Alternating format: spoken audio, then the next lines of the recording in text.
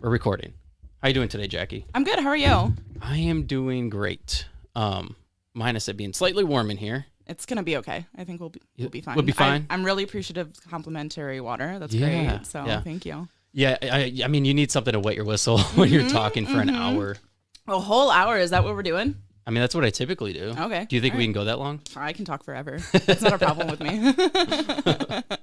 Now, you said you've done podcasts before. Yes, you do media things all the time. I do. What is that like? Yeah, no. So I'm kind of one of the many faces of high caliber karting. So we're just jumping right into high caliber. Yeah, I mean, that's where I'm doing all of those things at. So it's for my job as the marketing director, aka the Master of Mischief. That's what I do a lot. But that's your title. Yes, the official title is Master of Mischief. But for people who don't know what that is, I'm the marketing director.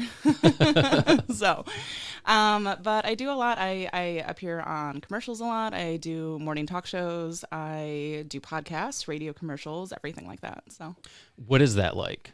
What is that like? Yeah, I mean, what is it like being essentially the face of a face of high caliber of many faces of many faces? Yes. My boss has been saying the face. I was like, no, I'm just one of them. But it's great. I absolutely love it. I've always kind of been I guess an attention seeker, you could call it, but this is just part of the job. I mean, as if you actually view this video or not, I have colorful hair. It's kind of died out right now, but I've always kind of been a peacock, so I don't mind getting in front of the camera or behind a mic or anything like that, and just, letting my weirdness come out in all these different shapes and forms. So do you typically prepare for it? I mean, what is the process like for you going on camera? Because, I mean, obviously you're representing like a company, a business. I mean, for me, like when I do the podcast, I'm like, I'm just represening myself. Yeah. So it's not like I have to worry about what I say necessarily. I'm kind of filter free. I would have dressed up a little bit more had I known that there was a camera here today, but that's okay. But I think people appreciate the down to earth Jackie. Yeah, maybe. Who knows? To prep, I do usually, have a full face of makeup on. I curl my hair. I make sure I look fun and friendly. I'm very intentional in all of my outfits, and even like down to the jewelry and everything like that. Am I accenting correctly? All of those other different things. Accenting. Yeah, like with my jewelry. Like, right. So High Caliber has our primary brand colors are black and red and white.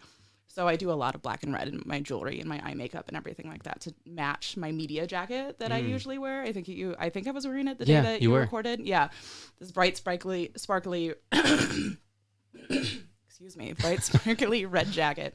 I call it my media appearance jacket, so I do wear it for like all of our interviews or big events or anything that we wear, anything that we do there. So, but to get in the mind, so that's what I do physically, and then to get into the mind space of being that face and being that almost like a character, right? But I'm playing myself because I'm naturally fun, I think. But I usually listen to certain music, on the drive-in. Like I had like one of my bops on. I was like, yeah, this gets me in the right headspace and everything like that. I crank up the music. I try to take a nap beforehand if I need to. I know that's kind of weird, but if I know I'm having a long night or anything like that, I'm gonna take a nap at work and get up so I can be ready for an award show or a media appearance or anything like that. So, yeah, I mean, when you're in a position like you kind of have to get into that space a little bit. Yeah. I used to, when I first started this podcast, I would get so nervous before interviews. I'm like, I would just get anxious, super anxious. And I would start doing push-ups. Push-ups. Okay. Yeah. It would help me like just clear my mind. Yeah. And I'd feel at ease. I feel like that, the music's that for me. It's just like getting into the right playlist, making sure I'm like, I was gardening yesterday with my mom and she likes 80s and 90s pop music, so I was playing that on my Bluetooth speaker and everything. And when I went into my car, it automatically started playing what I was playing yesterday, and it was like Tina Turner. And I was like, okay, I was like, this is not the jam for me right now. So I immediately went into my playlist and I found something to like get me in the right mindset. Like, what's love? Yeah, I think so. Yeah, I honestly think so. And I was like, whoa, like usually I just sang it at karaoke the other day with Zach Bingham, our general manager at High Caliber, but we had only done it because she had recently passed too. So it's not usually my typical type of music, but I was like, okay, gotta change this immediately right now. One of the funniest moments for me with Tina Turner was I was taking, I think, the trash out, and I walked through the garage, and I was like, I think I was playing it, and I was like, what's love got to do with it? Yeah. And my neighbor was outside and heard me, and I was like, that's embarrassing. I like came around the corner, and she's just like staring at me, and I'm like, that's embarrassing. Yeah. Oh no, and I have a really laughing, embarrassing story like that from when I was like in high school. I was walking my dog around the block, and I was listening. This is back when we had CD-ROMs, portable CDs that we would listen to. And I was like listening to like a Scooby-Doo soundtrack. And I was just like belting out this song in my own little world and everything like that. And apparently the track team or the cross-country team was out like running, and I had a crush on like one of those runners. And I'm just like chilling out. I'm doing my own thing. And then all of a sudden he just like whips right past me, and I'm like singing and dancing. I was like, this is the most embarrassing moment of my entire life. Did it ruin your chances? I mean, probably. I don't have the best singing voice. Oh, that's hilarious. That's Yeah. really funny. Yeah. It's embarrassing, but yeah, I was just, trying not to make sure my CD would skip, but I was. Do you know what's funny? I think so many 15 people years have, they have music that they listen to that they would be embarrassed to know other people, like they'd be embarrassed for other people to hear them listening to it. I don't think I'm like that at all. No? I'm really, I'm out unproud, about whatever it is I listen to. I have been getting into a little bit more of like country emo sad music. What is like, that? I know, it's so weird. It's all over TikTok, like making fun of like elder emos. It's like, you used to listen to like this pop punk rock music of like Screwing Over the Man and like all of this other stuff, and now you're just listening to like really sad country songs about like how life is just disappointing you. And I'm like, oh man. What is an example? Do you have any names? Like Stick Season by Noah something or another. He's like one of my popular guys. Yeah, I don't have service down here, so you'll have to find him. But that's a good one. That's a good sad, like kind of country song. It's like folksy. I would say it's more folksy than it is like country. But, okay. Yeah. What was it called? Stick Season. Stick Season. Yeah, by Noah something or another. And I sing that one at karaoke pretty often. I'm pretty good at that one. I can do the sad country songs, but I don't like listening to country, so it's like, I call it more a folk. I mean, think that makes it more palpable for me. So do you not like the classic country, like the old school country, or like I grew the up new... on it when I was younger, when I was way young, right? Like 4 or 5 years old. Like I would listen to country all the time. You're from the West, out West.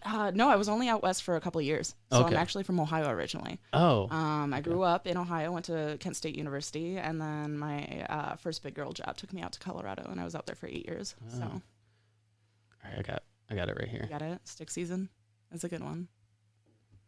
Oh, you got an ad first, though. Yeah, lovely. Noah Khan. Yeah, I was totally off on that last name. Let's see here. But he's a good one. I like him. I don't know if it'll play volume. We're trying here. Maybe not. Nope, not playing. All right, I'm not going to waste my time. It's okay. It's a good one. You should go listen to it. It's on Spotify. I'll have to check it out. But yeah, no, he's a good one. No, I don't have any problems with what I listen to or having other people listen to it. I do listen to work. I mean, while I'm at work, I have my Spotify playlist, and I go through like different genres every day, like depending on what I'm doing. But some of the time it's like a little too party girl, and like somebody will walk in and I'll be like, oh my God, I'm so sorry. Like that's the only time I'm embarrassed is like if it's like just like Nicki Minaj and like Cardi B, and I'm just like, I just remember like back when I was in high school, everybody, not even high school, like in high school, yeah, I didn't want anyone to know if I was listening to something uncool. Middle school, everybody talked crap about like the Backstreet Boys. Like, oh, you like the Backstreet Boys? I was a Backstreet Boy girl forever. Like, and my best friend was an NSYNC girl, but like we both liked both of their music and everything. But yeah, no, it wasn't embarrassing for me though because I was a girl. That's true. Yeah, if you're a guy, people are like, you like the Backstreet. Yeah, it'd be embarrassing then for you, but for me, it's just. But every guy, every time I Want It That Way comes on the radio, every guy sings it. Oh yeah, no. At karaoke, we actually have these regulars who are, and I know we keep bringing it up, but there's so many good stories there.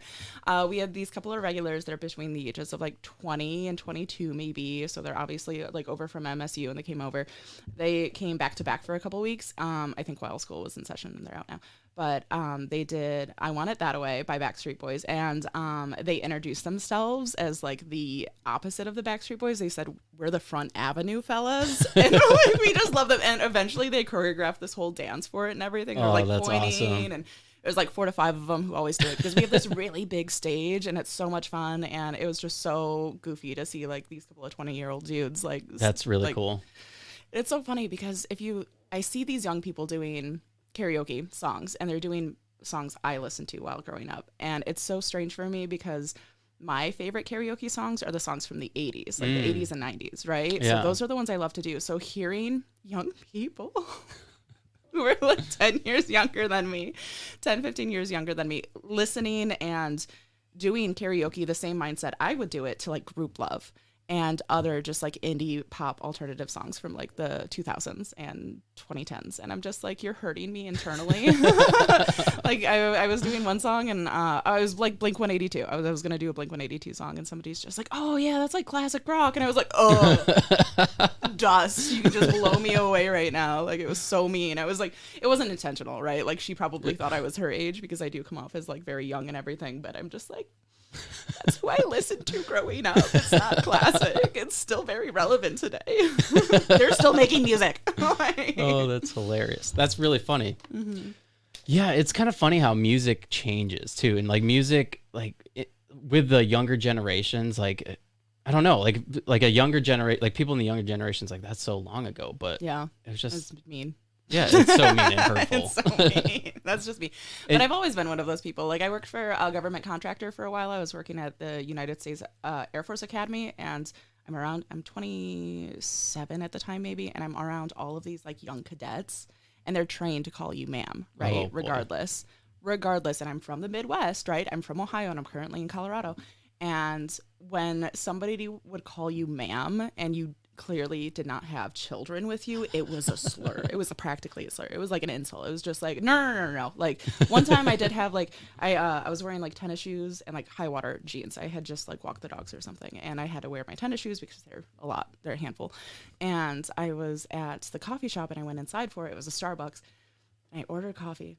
And she's like, oh, here's your order, ma'am. And she like looked me dead in the face when she said ma'am. And I was like, oh, why? I was like, I'm wearing my dog mom shoes. Leave me alone. I don't really have kids. But it was just so frustrating because I was like, no, it was every day. It was like the cadets were just like, ma'am. And I was like, no, please don't. No. It's so weird that we're like that here in the Midwest. Yeah. Yeah, because it's such a, I don't know, it's almost like, yeah, like you said, it's almost like an insult. Yeah, it like really is, at least for, yeah. And I know it's supposed to be, and like everyone's like, Jackie, it's just a sign of respect. I was like, it's the opposite in Ohio. Like, if a young person calls you ma'am, they're calling you old. So where in Ohio were you raised? Where did you grow up? Yeah, so I grew up in this tiny little small town called Elmore, Ohio. It's near Bowling Green or Sandusky, over by Cedar Point. Cedar Point was like about 20 minutes drive away, so I had season passes a lot. Very small town. And my town was so small that it was actually two towns combining to make my high school graduating class. So we were Woodmore High School. Wow. There was 90 of us who graduated. So like that's how small we were. And we were two towns combined to even get that many. So it was a village. Crazy. And then I went to school at Kent State University over by Cleveland in a little Kent, which is a college town, just like MSU and Lansing and everything like that. It's not the capital of the state or anything, but very similar to MSU. So very cool. And then you went to school for marketing? I did. So I actually started off getting a bachelor's in science for speech pathology and audiology, and I hated it. What is that? It's like it's when you can be teaching. A lot of it for me was like, as a younger person, I couldn't speak all that well. I couldn't like pronounce certain words like animal or helicopter, airplane, like all these things. Yeah. What was that? Was it like I think it was just it was a speech impediment, but I think it's also just undiagnosed ADHD because I was, you rattle things really quickly. Yeah, and then like they weren't really diagnosing women back then in the 90s either. Really, so, just women. No. I mean ADHD and like all of that stuff was like so brand new back then. Right. So a lot of. But why'd you say women? Because I didn't get diagnosed myself. I didn't even realize I had ADHD until I was kind of told by my TikTok algorithm like 3 years ago. And then I spoke to my doctor about it. And then I took like this little self-diagnosis test with them. And they're like, oh yeah, no, you have ADHD. And I was like, that's not just my personality. I thought I was just quirky. So like, I just don't think that individuals, especially in such a small town, or doctors, I don't think my mom knew to ask about it or anything because I was still a straight A student. So it's just like, oh, she always got labeled in the chat box. Like there was a naughty list on every elementary school's teacher, right? Like it was like you were stuck in the chatter box or something like that. My name was in there every single day. But no, like nobody saw that as like necessarily like an ADHD thing, right? Because it shows differently in women than it does men or young children.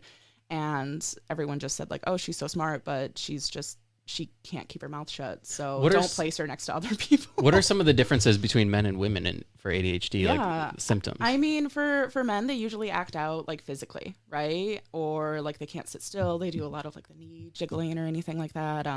They're always like distracting themselves, right? But for a woman, it's more about, or at least young girls, it's more verbal and more mental, where it's just like, oh, I'm going to talk the whole time. I don't understand this, so I'm going to continue talking, you know, like, or like, I'm bored with this. I'm getting bored with this really easily.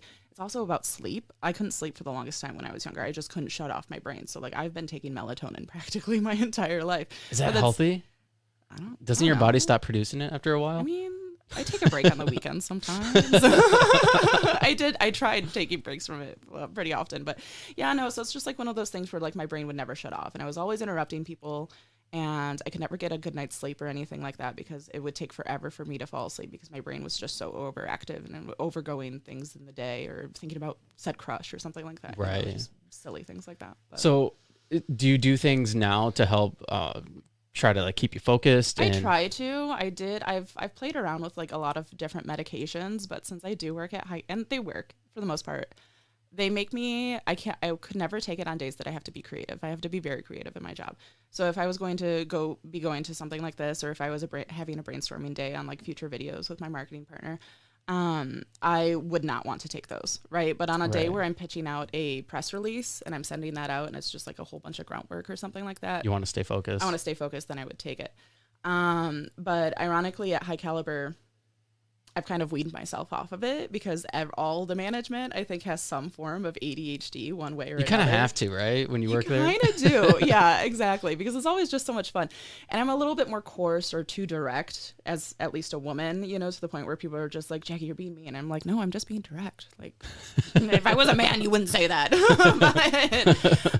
But it's just one of those things where it's you have to figure out the right dosage and where it's going to work and everything like that. Like I'm probably going to not take it on Monday, but then I would have to take it on Tuesday, but I have to look at my schedule to see if I can take it on Tuesday because I think I have to go somewhere on Tuesday. So like if I want to be bright and sunshiny Jackie that like makes a memory with a person, that makes somebody smile, right? Which is all part of my job too, is bringing that joy and being memorable, because we don't sell a product, we sell an experience. So us as individuals are part of that experience. That's a huge responsibility too. I guess. Because you have to be vibing quite right? Like you have to be on a certain like frequency. Mm-hmm. You can't, I mean. The drugs don't help with that. So, no. Like, that's why like I've just kind of weaned myself off of that at this point. I'm like, well, I'll just be rattled with ADHD. So it's fine. Have you tried like doing any like holistic type of things? Like even just like working out to help? I wish. I'm better. I am better at it when I am going to the gym and everything like that. But it's so hard keeping like an actual routine a lot of the time for me. So. Yeah. But. Yeah, okay, I mean, you can just poke out my little flaws. Yeah, no. I know I need to go to the gym. No, I'm just asking because like that's one thing. I'm pretty sure I have like ADD too. Yeah. And so sometimes it's hard for me to focus. But like if I work out or if I go for a long run and I exhaust myself in that aspect, then I can come back to my work or whatever I'm doing, and I can focus better. Yeah. So yeah, definitely. I mean, like my doctor and I did just have a wellness check-in with her and everything like that. And I'm struggling with my energy, taking a lot of naps, things like that. And, you know, that was one of the things, like wake up first thing in the morning, drink an entire glass of water, and immediately like take the dogs for a walk or do some sort of exercise twice a day, you know, at least for 15 minutes, things like that. So I think she's trying to help me battle that by doing the more holistic things, since I didn't like taking the drugs, since it like just made me a little bit more rougher on the edges. So I remember when I was young, I was in high school. My adopted mom thought I was ADD, and I'm like, I'm not ADD. It's so hard to accept. It really is, and it's because it's almost like you're labeled with something. Yeah. And like back when I was in school, being labeled with something was like it's like you're I don't know, like you're special because you were labeled with ADD or ADHD or whatever. Like you don't want to be othered. And so I got diagnosed with ADD. Got what's the drug? Adderall. Adderall. Thank you. I was given Adderall, and I didn't like the way it made me feel. Like I stopped eating. I wasn't hungry. Yeah. I could focus better, but I didn't like it at all. And so I started dumping them down the drain. Yeah. And I started doing better in school. I just started focusing more because I knew I didn't want to take the drugs. Yeah. And she was like, "Oh yeah, the Adderall is really working for you." Joke's on you, Mom. Yeah, exactly. My grades went up, everything went up, and then when I became an adult, I told her, I'm like, I was dumping those down the drain. You could have saved her some money. Jeez. I didn't care.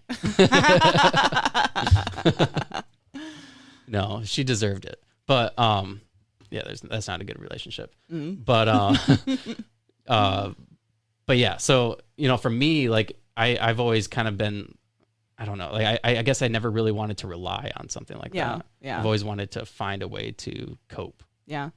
It's, I mean, but sometimes like there is the necessity absolutely of that, because I mean, I've been on I mean, my anxiety has been popping up a lot lately then too. So like that's another reason why my doctor is working on my mental health with that, since it's probably I vape. I drink too much coffee. She's like, you should really she's like, how much coffee do you drink in a day? I was like, how much is too much?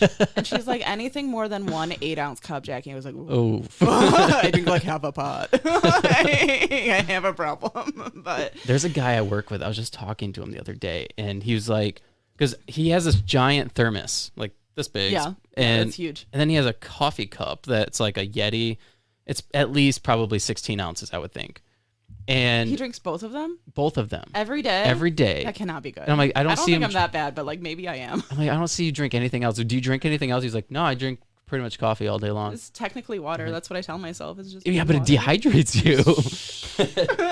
And he's like, yeah, well, I'm like, does it affect you? Like, because when I drink more than, I'd say like 10 ounces, that's what I drink every day is 10 ounces for the most part. If I drink more than that, I feel gross. Like I can't control. I can't control myself. Like I'm jittery. I feel like I'm you know how there's morning birds and night owls, right? I feel like I'm one of those. It's online a lot. I'm a perpetually exhausted pigeon. That's what I am. Like I'm not either. I'm just always tired. Just always tired. Yeah. So that's why she's like, maybe you should do more things. And I'm like, oh. You should get that as a tattoo, like Post Malone. I know. Right? Just like a pigeon, like perpetually exhausted. Get it somewhere. My ankle or something like that. Get it on your face. Yeah, no, thank you. That's the OG move right there. No. Face tats. Those are actually becoming a thing. I know. Well, I mean, like as the younger generation, as us, like fellow millennials are moving into those HR roles and business roles where it's like we don't care. We don't care. Yeah. If you have you're still hireable. You have a skill set. Come in. Right. I like seeing that, honestly. Yeah. Like I think it's. I mean, I don't think I would ever get a face tattoo. Yeah. Just because like. I like my face, but I never thought I would ever get a neck tattoo, but a lot of people have been like, at my old job, they're like, you would look good with one. And I was like, no, I wouldn't. And I've been like thinking about it. I was like, I kind of think I would look good with a neck tattoo. You seem like a person that would have like tattoos everywhere. Right? I'm working on it. I just have 2 large ones right now, but yeah. What would you get on your neck?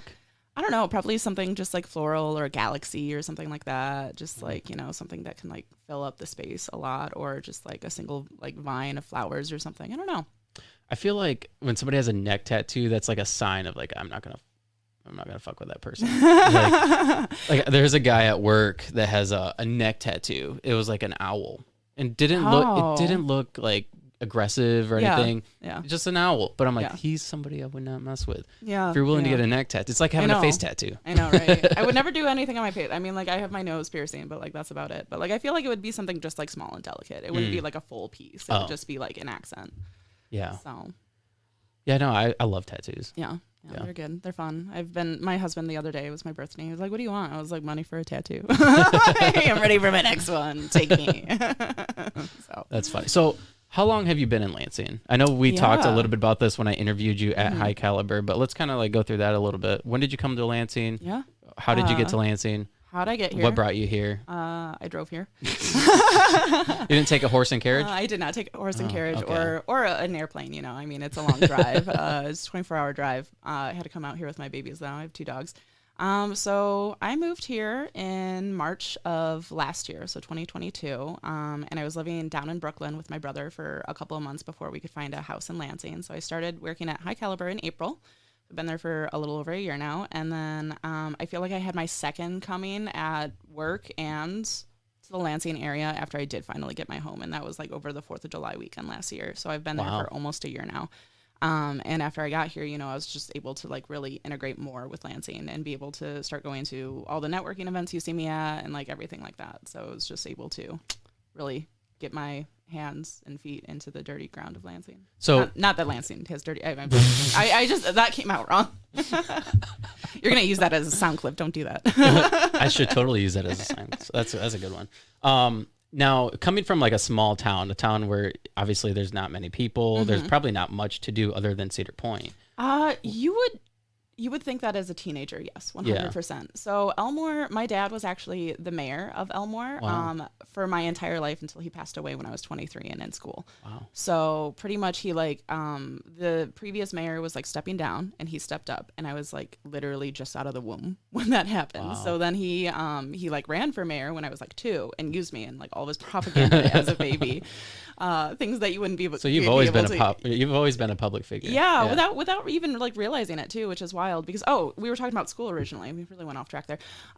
Speech pathology, right? I went in and this kind of goes into it though. I went in for speech pathology. I absolutely hated it. And then I got a master's degree, a Master of Arts in Public Relations and Marketing. PR was really like my sweet spot.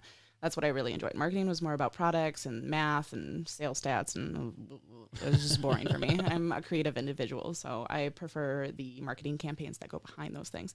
So I am,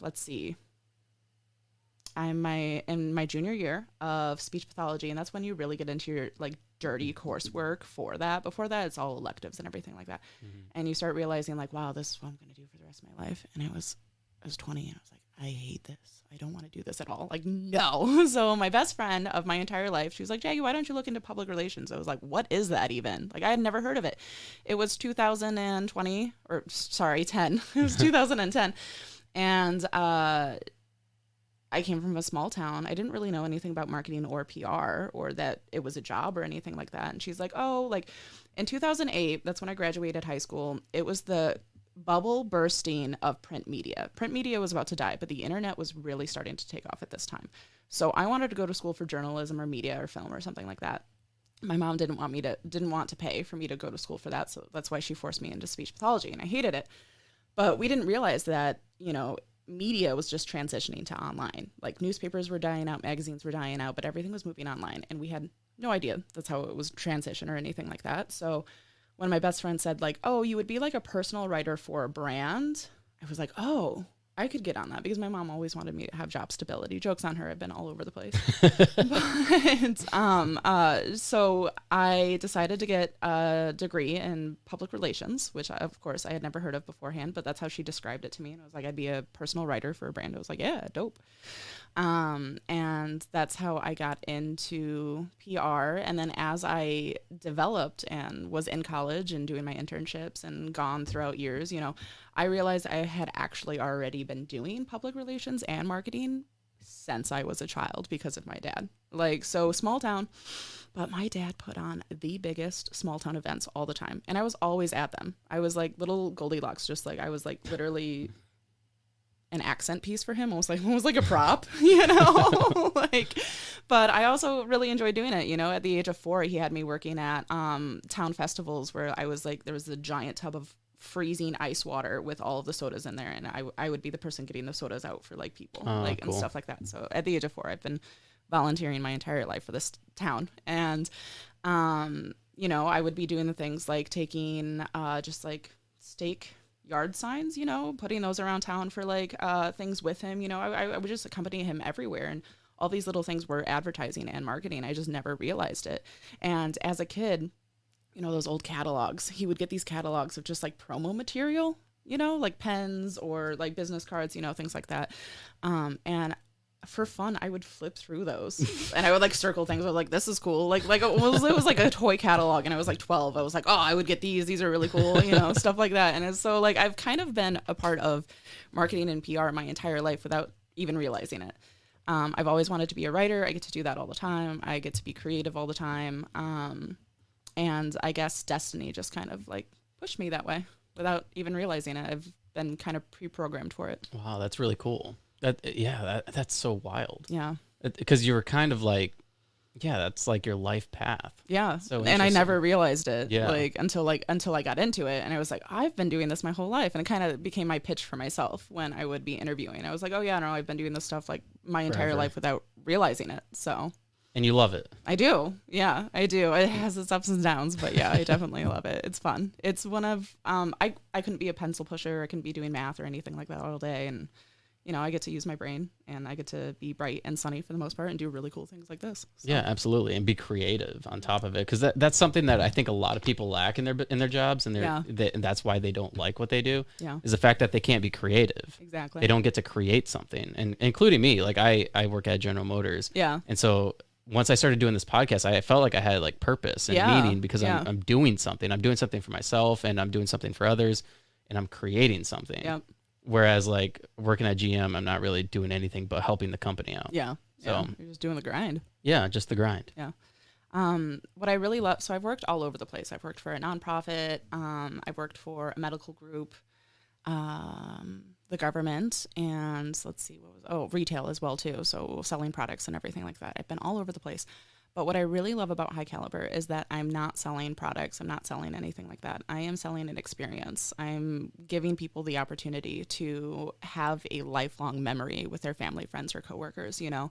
And that just means so much more to me than any of my other jobs have, because I'm literally helping deliver and curating joy and bringing that to anyone who walks through our doors, or even just like does peruse our social media or watches one of our videos or commercials or something like that. Like if it can make somebody smile, like I did my job, and I think that's really wonderful. Well, and I think it shows too, because when you go there, you have a blast. Yeah. I mean, how can you not have a blast when you're throwing axes, you're drinking, yep, doing the throwball, throwballing? You're very close. Yeah. I was going to ask, is that what it's called? It's technically called foaling, but that's trademarked, so we call it throwballing. Okay. So. And then the go-karts. Yeah, like, the go-karts. And the jelly blaster. Jellyball blasters. Jellyball. Yeah, very good at calling it a blaster. A lot of people say gun, and I'm like, no, it's a blaster. That's what we call it. Get out of here. Well, you feel like you get blasted by those yeah, things. Exactly. They hurt. Yeah. If you're 10 feet away, they do not hurt if you're using them correctly.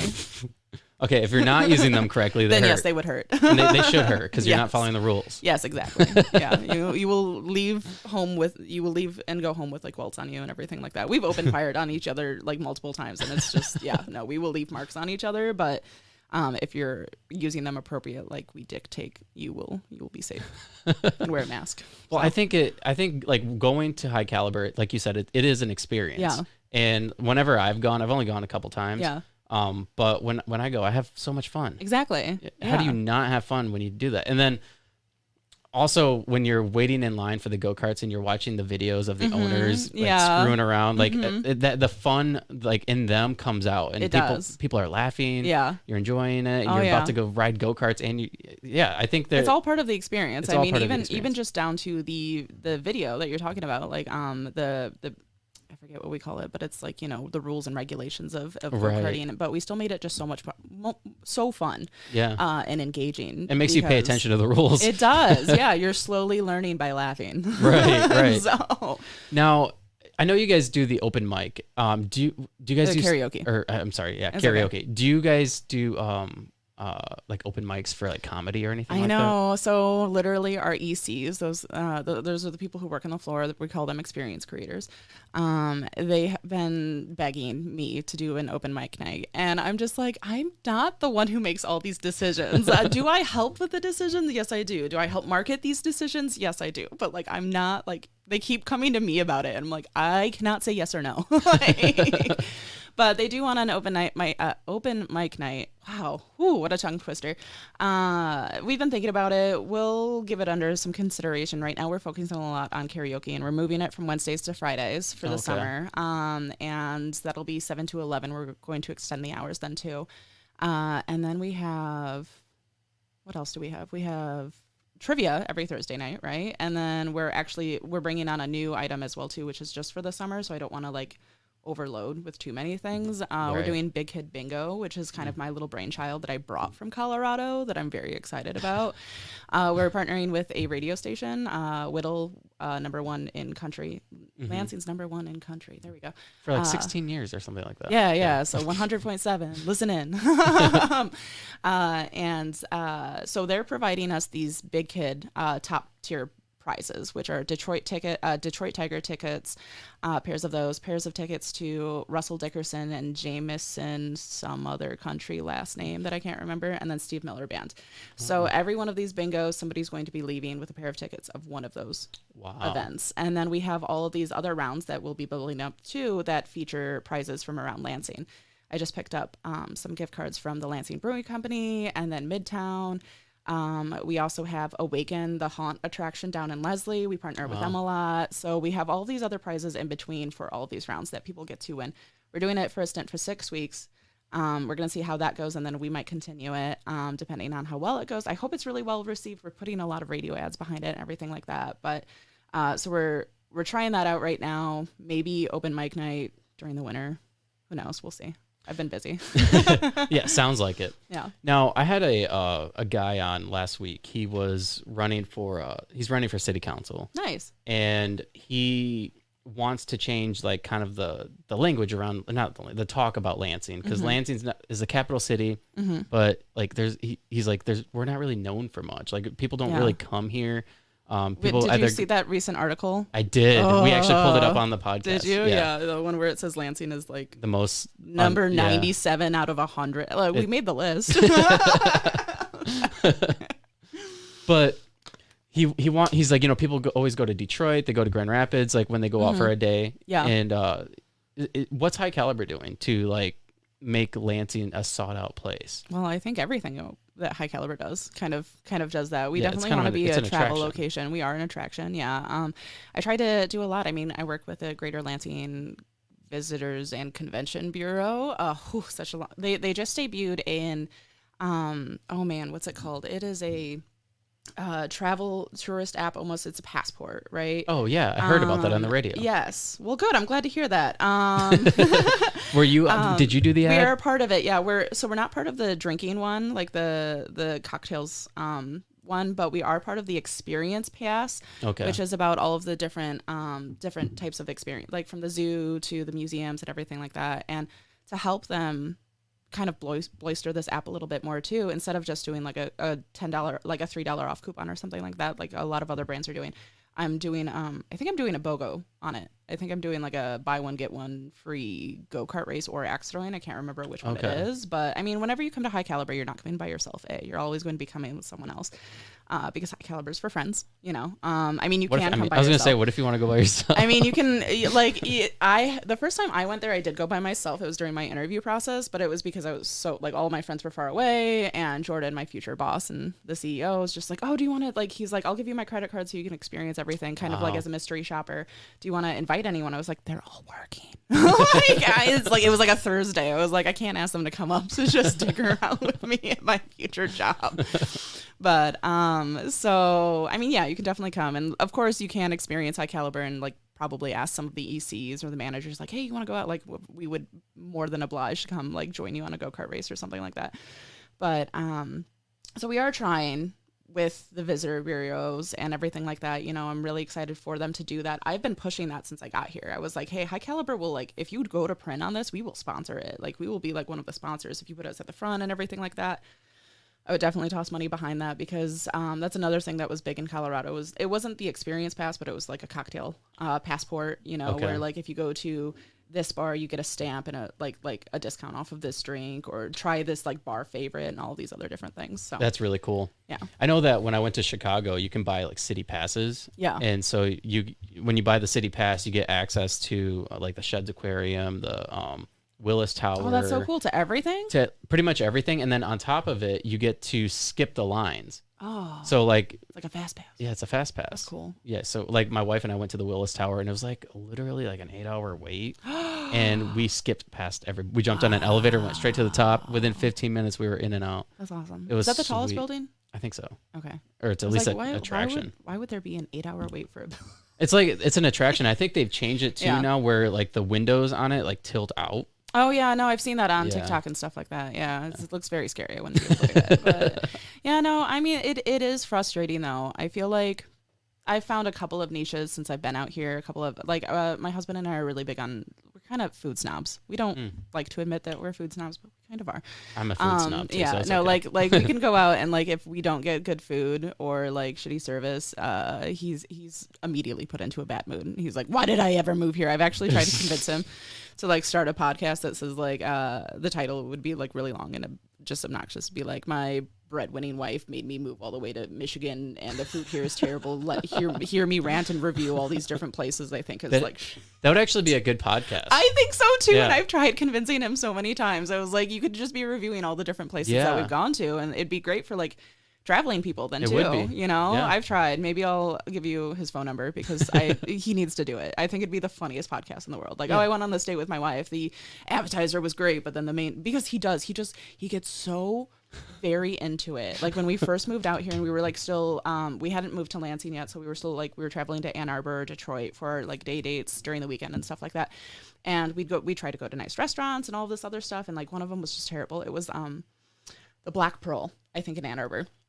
And he hated it. It was not very good. He absolutely just scathed it though. And I was like, Ian, like all of the things you're saying to me right now would be hilarious to the right audience. Not to me, because you're ruining our date right now and I'm not happy about it. But like there are people out here who would love to listen to you just like rant and rave about like the quality of this like dish. So I was like, start a podcast.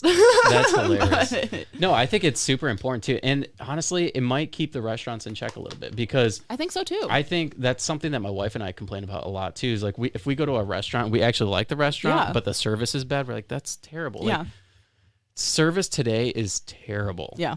Almost everywhere you go. Mm-hmm. I mean, I just recently, with our air conditioner going out, I'm not going to say the company because you have a podcast. I have a podcast. But I was friends with the guy, right? Like not friends, but like social media. I was like knew the guy. Acquaintance. I called him to come repair it. He's like, I can't come till Friday. And I'm like, okay, fine. I scheduled with him. Called another company because I'm like, well, I should probably like get other quotes. And then also it's really hot. I want it fixed. Yeah. So I call another company. They can come out the next day. They came out. They're like, yeah, you need to replace it. I'm like, okay. So I call this other guy, the guy that I scheduled with. Yeah. And he got mad that I called another company and pretty much hung up. Actually, he did hang up on me and told me to just go with them. They're cheaper. And hung up on me, blocked me on social media. Yeah. Wow. And then I sent him a text. Temper tantrum. I sent him a text message. I'm like, hey, man, like that was extremely like rude and unprofessional to hang up on me.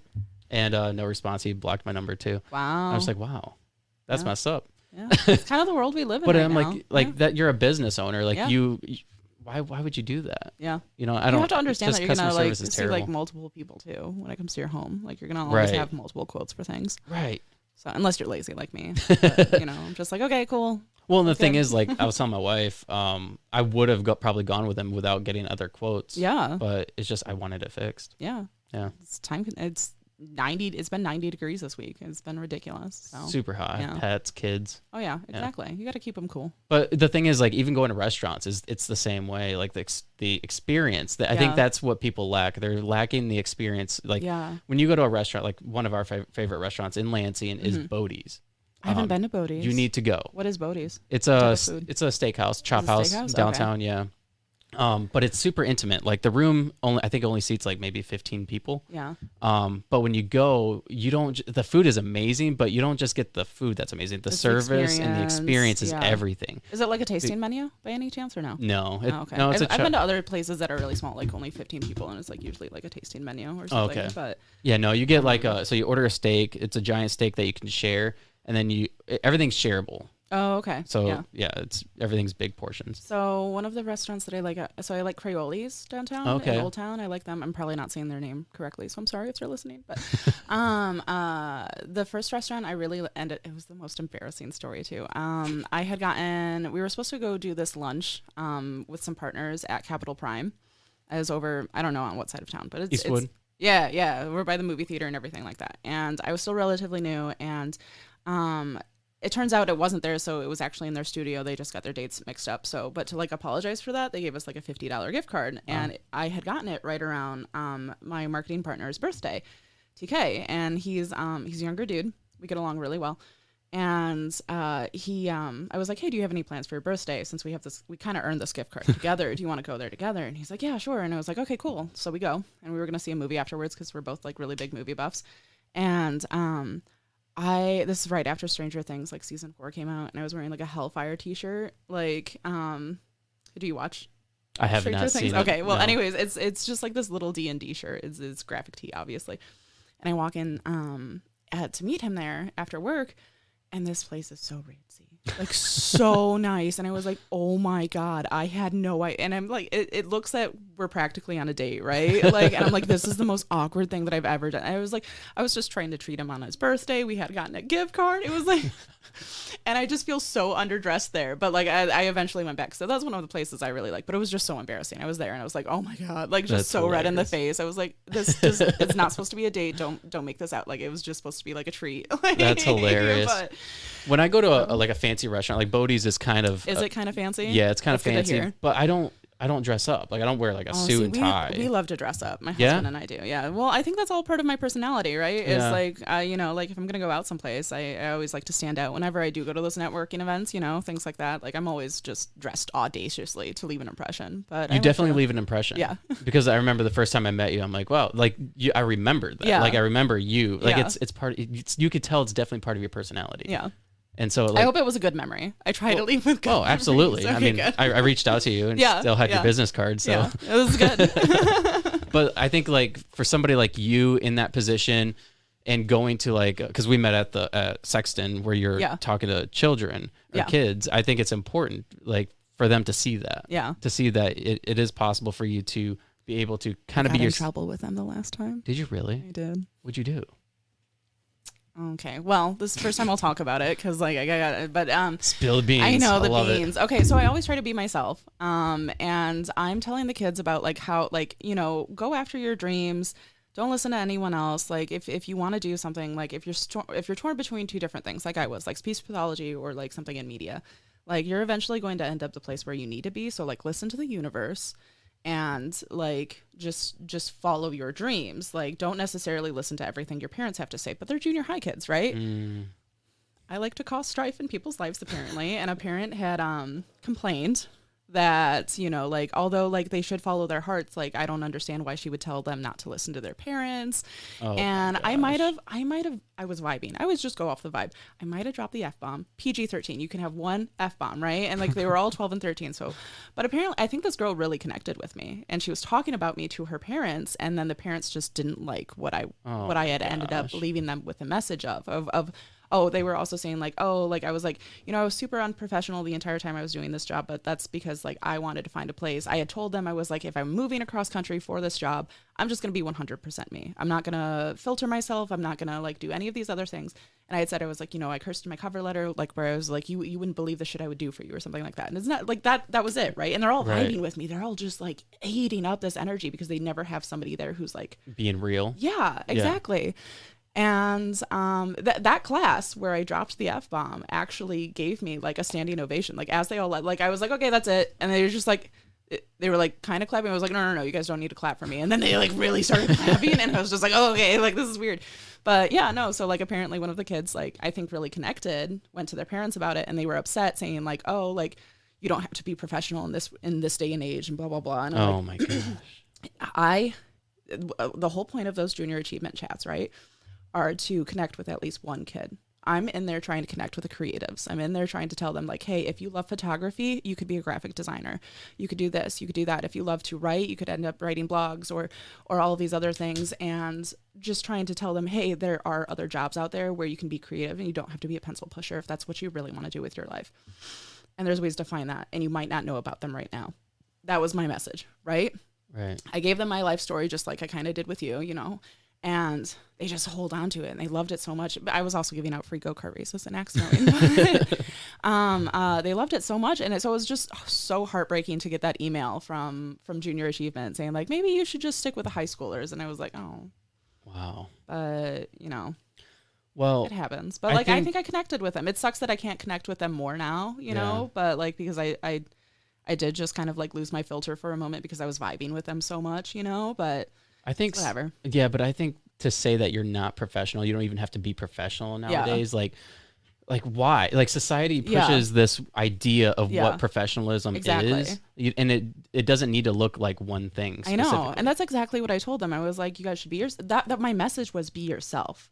because you're gonna just keep job hopping around until you find the right place. Like I had said, I had put on all these professional sheens for every other job that I've been at, and it would be a turn and burn job. I'd be there for a year, 9 months, all these different things, because once I got comfortable with them, they didn't like who the real Jacki was. Right. So all of a sudden, I'm having these problems. So I was like, if I'm just one last shot at marketing, I'm going to go in here, I'm going to be 100% myself and see what happens. And they loved me, and I found the right fit for that. And that was my story. That was what I was trying to tell them, was that like be yourself. Like, you don't need to have a professional sheen, like be respectful, but in the long term, do what's going to be right for you, and don't like sheen over your rough edges. You know? Well, you should definitely find where you belong. Yeah. In your, in everything. Yeah.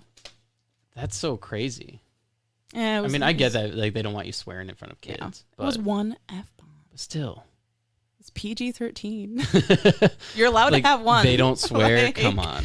I know, exactly. And I was just like, whatever. It was like, I'm sorry. I was just being passionate. We were vibing, but it happens. But with Lansing, I think High Caliber definitely does try to be one of those destinations and those locations to bring people in.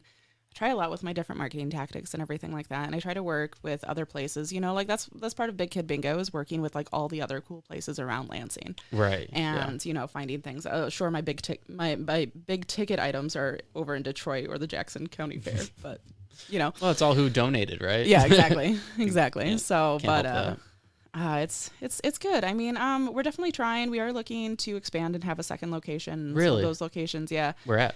Well, we've gone up in the air quite a few times about it. So like the cities that you've mentioned, like Grand Rapids or Detroit and things like that, like we consider it. It's all just a matter of like, picking out the right location. It's wild that we have been as successful as we are in Okemos, Lansing, right? Because everyone's like, you built a go-kart track in Lansing and you're doing that well. Like, yeah, kind of. Like, we gave the people what they wanted and they love it and they show up for it. So, right. Well, you literally have everything that like an adult would want. Yeah, exactly. You have go-karts, you have drinking, you have axe throwing. Yep. Rage room, jellyball blasters. Yeah, we're a big kid adult playpen, kind of. So. And it's big. You don't feel confined. Yeah. Like, so when it's busy, like you can go do other things. Yep. And you don't feel like you're waiting and the lines aren't terribly long. Usually not, yeah.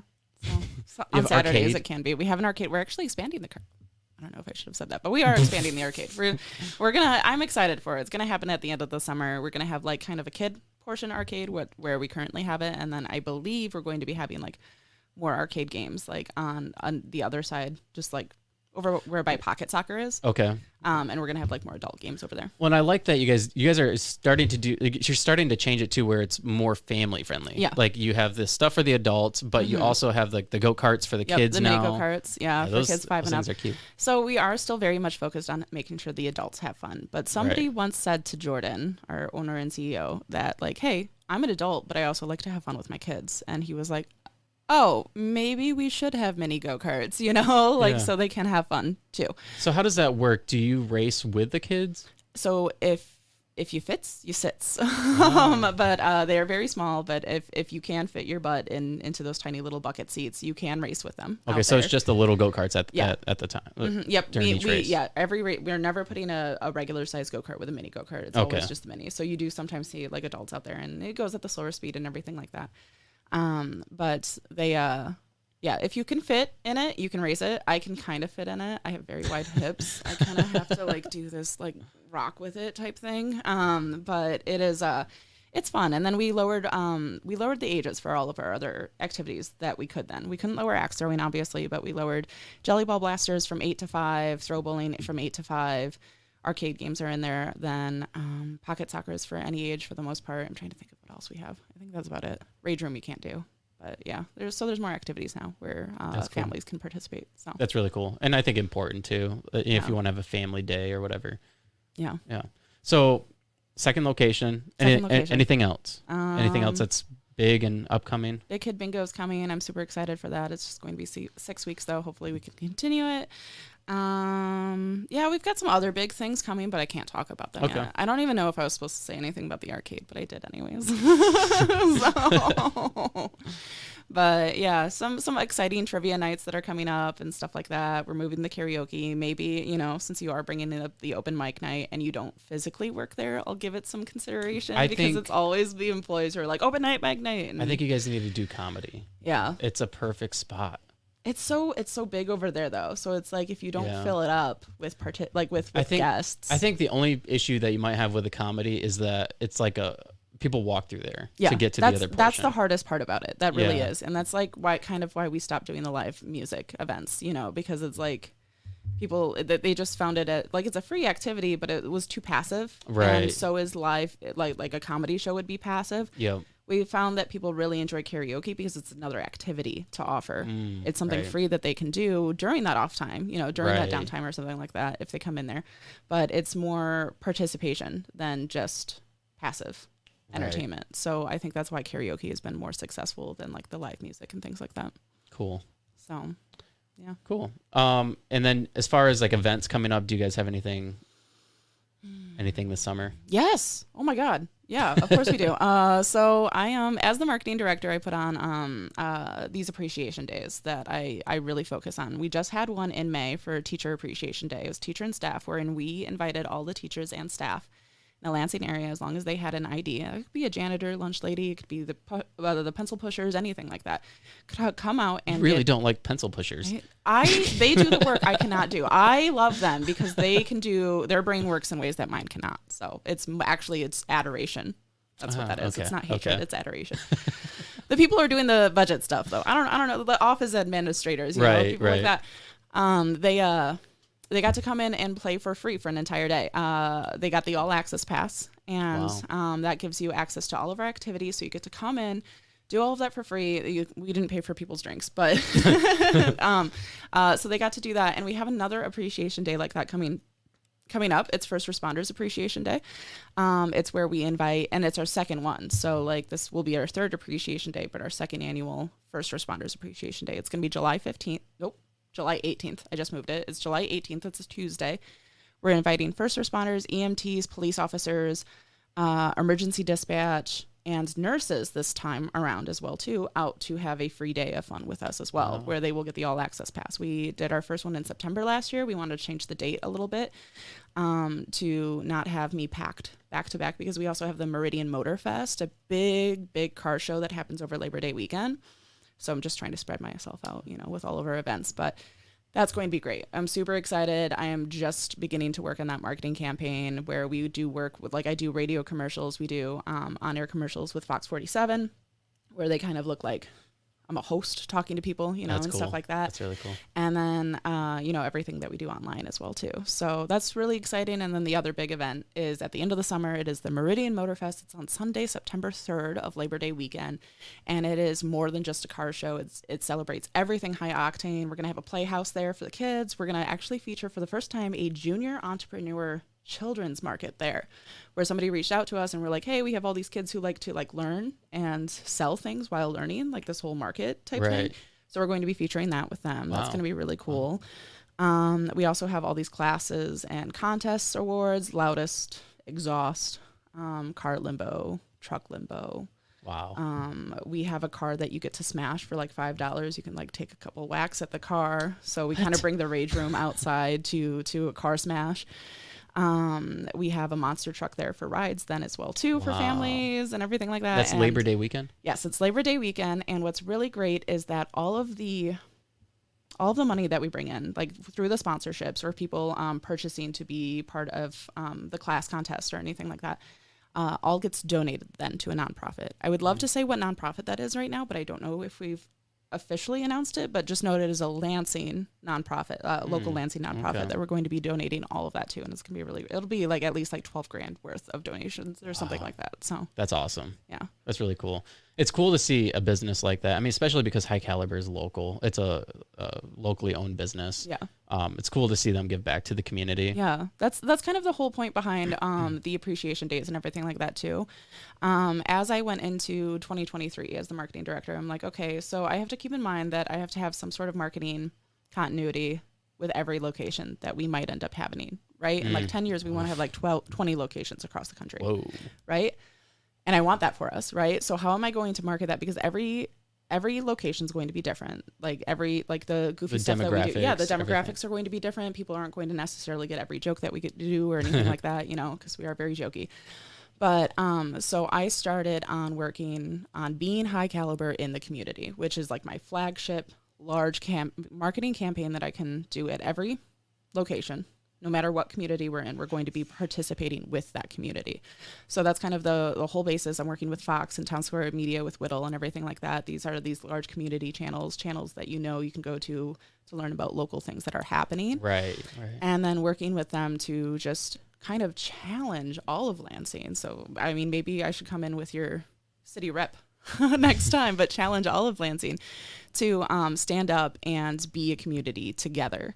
And if they see us doing it, if they see this big, like, large brand share the spotlight with these other smaller brands or events, or all these other, like, we sponsored the Capital City Film Festival, and then we were just sponsoring with communities and schools where they, like, help children, you know, make sure that they're staying through school and, like, all of that, like, that's actually cool. Like, accomplishing all the way to graduation, providing them mental health or even shoes, you know, like, all of the things that kids could need. So we is that a program? You guys sponsor it, so is that a program in the high school or schools? They're in like 8 different schools, but it's like a national known. So, but we were working with the state one, communities and schools of Michigan. Okay, but it's a nationwide nonprofit that we were just partnering with. So I call them our partners, and what we do is we take our marketing and our spotlight, our limelight, and share it with them. So people recognize High Caliber already. And it's like, how do I keep High Caliber at the front of mind instead of just doing general branding all the time, right? Just like go-karts all the time. It's like, okay, eventually you're going to know that we're just doing go-karts, right? Yeah. But how do I capitalize on getting individuals to want to continue spending money with us? Because our average customer comes in one time every 8 months. So it's like, how can I get them to come in more often, A? And B, as we have more competition coming in, like Dave & Buster's is coming, Zap Zone is opening in the Lansing Mall. You know, like there's a couple of things that are direct competition kind of for us. Kind of, like not the direct thing, but like we have a lot of things in common. Yeah. And the way I'm doing that is by showing that we're a part of the community and that we care about the community. So that's kind of like, hey, like you need some marketing professional help, or like you have an event coming up, like Communities and Schools has an event coming up, you know, and we're going to be attending that. So we've been using some of our marketing money where it's just me hosting said Communities and Schools representative and having them tell their story about their event that's coming up or what they do in the community and things like that. So that's very cool. Yeah, it's a large campaign to kind of wrap your mind around. So how do you plan on doing that for all these different locations that you guys plan on opening? Mm-hmm. I mean, because same thing. It seems, you think you can manage that? Or, obviously you'd have to hire people, but you would obviously be over that, oversighting. Well, so like right now I do for, since it's a brand new campaign and I'm trying it out, we're doing it 6 times throughout this year, right? So it's like every other month for the most part that I'm doing these big, large campaigns, being high caliber in the community. But it's the same thing as showing up. You know, it's starting off small, like seems sponsoring. Like it is, but at the same point, like, I've been building myself up and Zach up, our general manager and stuff like that, to kind of be one of the faces of High Caliber. So like that way we can have multiple faces at every location. Maybe that's the GM, maybe it's something else. Maybe maybe I'm traveling a lot, who knows? But that is something that we can accomplish at each location. I would just have to take my hands off the smaller things, right? I would have to have all the smaller things that I do, like flyers and emails and everything like that. That would have to be smaller, and I would have to dedicate my time to what that community sponsorship or partnership would look like in each location and just kind of like plan it out, you know? Right. So, but I have really great partners at Town Square Media and at Fox 47 who've like really helped us like develop this and figure it out. And that's really cool. All of that other stuff. Yeah. That's really cool. So. Jackie, is there anything else you want to talk about real quick? No. I'm dried up now. We've been going for over an hour. So I figured.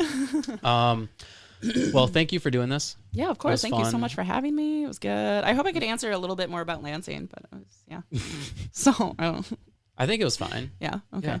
Yeah, no, I think it was fine. Are you sure? Your eyes are like telling me like you could have done better. No, I think you're really good. You're a good guest. You're a good. Okay. So your husband should definitely start a podcast, and you should co-host it. I know, right? No, I need him to have the podcast so his anger doesn't come out towards me for the food. Like if the food's bad, like I don't want to be a part of that. I want to just put him in a little bubble and like, you have your anger bubble over here and I'm just going to enjoy my happiness. So. Oh, that's funny. But all right. Well, thanks for doing this, Jacki. Thank you so much for having me. It's been great. Absolutely. And I'm sure we'll do it again. All right. Sounds good. Cool. Bye. Thanks.